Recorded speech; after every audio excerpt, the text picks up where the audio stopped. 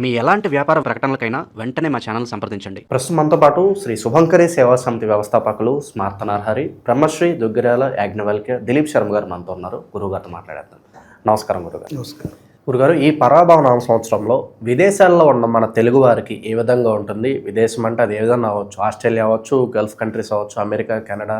So ఓవరాల్గా చాలా వరకు కొన్ని సమస్యలు అయితే వస్తున్నాయి. వీసా సమస్యలు కావచ్చు, అక్కడ కొంత లే ఆఫ్స్ అయితే జరుగుతున్నాయి, అలాగే కుటుంబ సమస్యలు కావచ్చు. ఓవరాల్గా ఈ సంవత్సరం విదేశాల్లో ఉన్న మన తెలుగు వాళ్ళకి ఏ విధంగా ఉంటుందంటారు? పరాభవనామ సంవత్సరంలో విదేశాల్లో ఉన్నటువంటి తెలుగు వారికి కానీ, కొంతమంది ఎవరైనా నార్త్ వాళ్ళు ఎవరున్నా సరే, వీళ్ళందరికీ కూడా జాతకము రీత్యా మేన, కుంభ, మేషరాశి వారికి ఏలినాటి శని కాబట్టి ఇదే ప్రభావం వాళ్ళకు కూడా అక్కడ ఉంటుంది. దాంట్లో డోకా లేదు. కాకపోతే ఏంటంటే అది సౌరమాన ప్రకారంగా ఉంటుంది, మనం చాంద్రమానంలో ఉంటాం. అదేమీ మనకి ఇబ్బందికరమైనటువంటి వాతావరణం కాదు. అయినప్పటికీ చాలామంది స్థిరపడాలి, మాకు అక్కడ ఏదో గ్రీన్ కార్డు కావాలి, లేదా పిఆర్ లాంటిది కావాలి.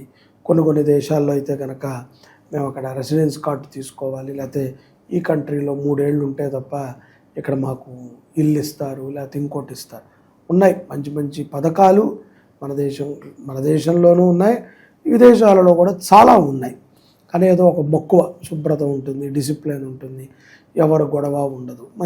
మంచి ఆలోచన, వెళ్ళాలి, ఎదగటం అనేటువంటిది తప్పు కాదు, చేయాలి. కానీ ఎప్పుడైనా సరే కష్టం అనేటువంటిది ఎక్కడున్నా వస్తుంది. ఎటువంటి స్థితిలో ఉన్నా మనం కర్మభూమిలో పుట్టాం కాబట్టి, భారత భూమిలో పుట్టిన ప్రతి ఒక్కళ్ళకి ఇప్పుడు మనకంటే కూడా విదేశాలలో ఉన్నటువంటి స్త్రీ పురుషులు వివాహాలు చేసుకోవట్లేదు. అక్కడ కూడా అదొక టైప్ మెంటాలిటీగా పిల్లలు ఉంటున్నారు. తల్లిదండ్రులు చెప్పిన దానిని ఇక్కడ పిల్లలైనా అర్థం చేసుకుంటున్నారు తప్ప విదేశాలలో ఉన్నటువంటి పిల్లలు అర్థం చేసుకోవట్లా. ఎంతసేపు వాళ్ళు ఫోన్లకి వాటికి ఎడిక్ట్ అవ్వలేదు, కానీ వాళ్ళు మెంటల్గా వాళ్ళు వద్దు అంటే వాళ్ళని మనం బతిమలాడి ఏం చెప్పలేం. వద్దు అంటే వద్దు. వాళ్ళు వెళ్ళిపోయి రూమ్కి వెళ్ళి తలుపేసేసుకున్నారంటే వేసేసుకున్నారు, అంతే. ఈ తల్లిదండ్రులు ఇక్కడైనా గట్టిగా అరవచ్చు, లేకపోతే ఎవరినైనా పిలవచ్చు, మనం వాడిని కూర్చోబెట్టి మార్చే స్థితిలో ఆ పిల్లలు లేదు. కాబట్టి చదువు పరంగా మన భారతదేశంలో అనేక వనరులు ఉన్నప్పటికీ ఉద్యోగం రీత్యా, సంపద రీత్యా ఇతర దేశాల్లో అవకాశాలు ఎక్కువ ఉన్నాయి. కాబట్టి ఈ యొక్క రెసిడెన్స్ విషయాలు కానీ, లేకపోతే ఏదైతే కనుక మనకి జన్మతః ఇప్పుడు అక్కడ స్థిరపడాలి, మనము దీర్ఘకాలికంగా అక్కడ ఉండిపోవాలి అనేటువంటి కొన్ని నిర్ణయాలకి శని బాగుండటం చాలా ప్రధానం. అది ఈ యొక్క శని స్థిరకారకుడు కాదు కాబట్టి కొంత ప్రభావం చూపుతూ ఉంటాడు. మన జాతకంలో గురుగారు విదేశీ యోగం ఉందని ఏ విధంగా మనకు తెలుస్తుంది అంటారు? సాధారణంగా ఇక్కడ మనకి ఉన్నటువంటి విదేశీ యోగాలలో రాహు యొక్క ప్రభావం చేత మనం తెలుసుకోవచ్చు.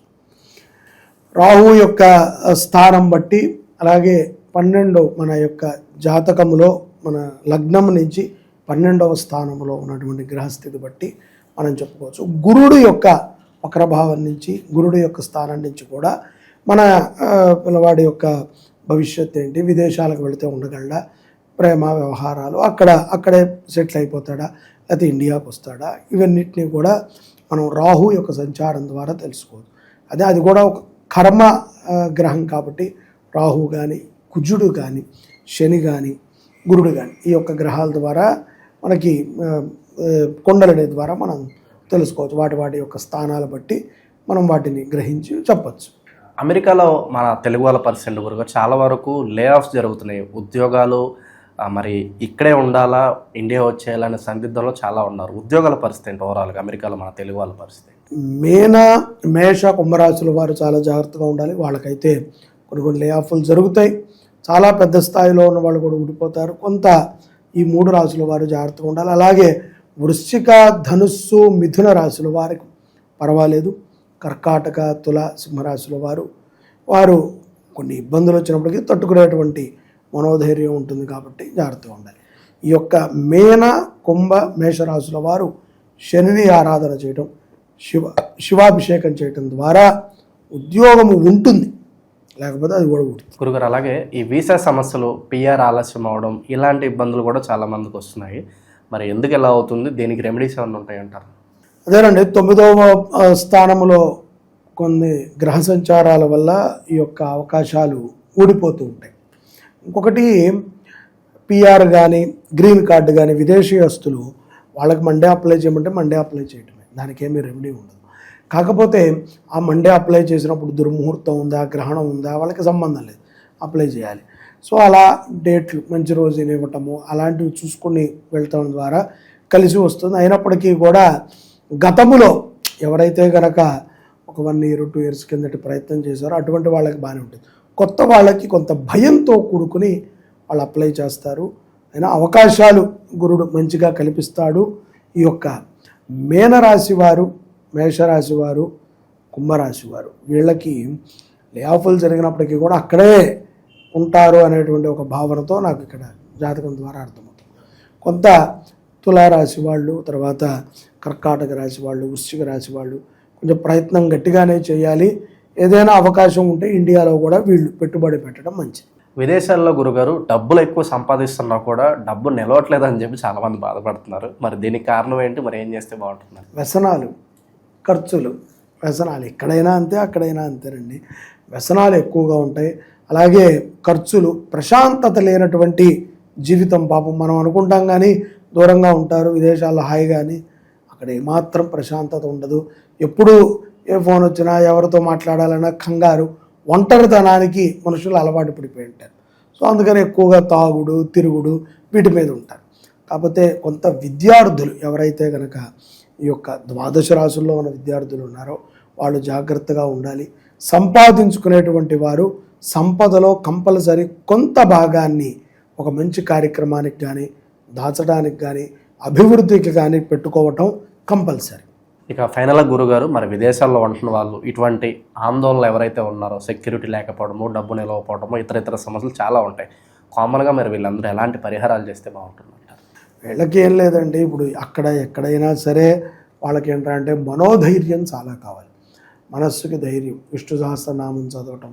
ముఖ్యంగా మన మతం నమ్మరు, మన ధర్మం నమ్మరు అనుకుంటాం, కానీ విదేశీయస్తులకి మన మతం మీద కానీ, మన ధర్మాల మీద కానీ చాలా అవగాహన ఉంటుంది. అక్కడ కూడా ఇప్పుడు ఎక్కడ పడితే అక్కడ మన గుళ్ళు వచ్చాయి. చక్కగా ప్రశాంతంగా వెళ్ళి వాలంటరీ సేవ చేయటము, మన వంతుగా మనము సహాయం చేయటము, ఉన్న దాంట్లో మనము గుడులను కానీ, క్షేత్రాలను కానీ డెవలప్ చేయటము, అలాగే దత్త చరిత్రని పారాయణ చేయటము, దేవీ భాగవతాలని ఎందుకంటే మనస్సుకి ఇప్పుడు నీకు ఒక మంచి అవకాశం, ఇక్కడ దొరకనటువంటి ఒక ప్రజెంట్నెస్, ప్రశాంతత విదేశాల్లో ఉంది అంటే చక్కగా మెడిటేషన్ చేయడం. అక్కడ కూడా నువ్వు చెడిపోతే ఇంకా నేను పరమాత్మ మార్చలేడు. కాబట్టి ఖాళీగా ఉంది, ఉద్యోగం లేదనుకున్న వాళ్ళు కొంత ప్రశాంతతమైనటువంటి ఆధ్యాత్మికమైనటువంటి చింతనని చేయటము, యోగాభ్యాసం చేయటం ద్వారా మరింత గొప్ప స్థాయికి వారు చేరుకోగలుగుతారని నా అభిప్రాయం. ఓవరాల్గా విదేశాల్లో ఉండే వాళ్ళ పరిస్థితి ఏ విధంగా ఉంటుందో మంచి విశ్లేషణ అందించారు. ధన్యవాదాలు. నమస్కారం.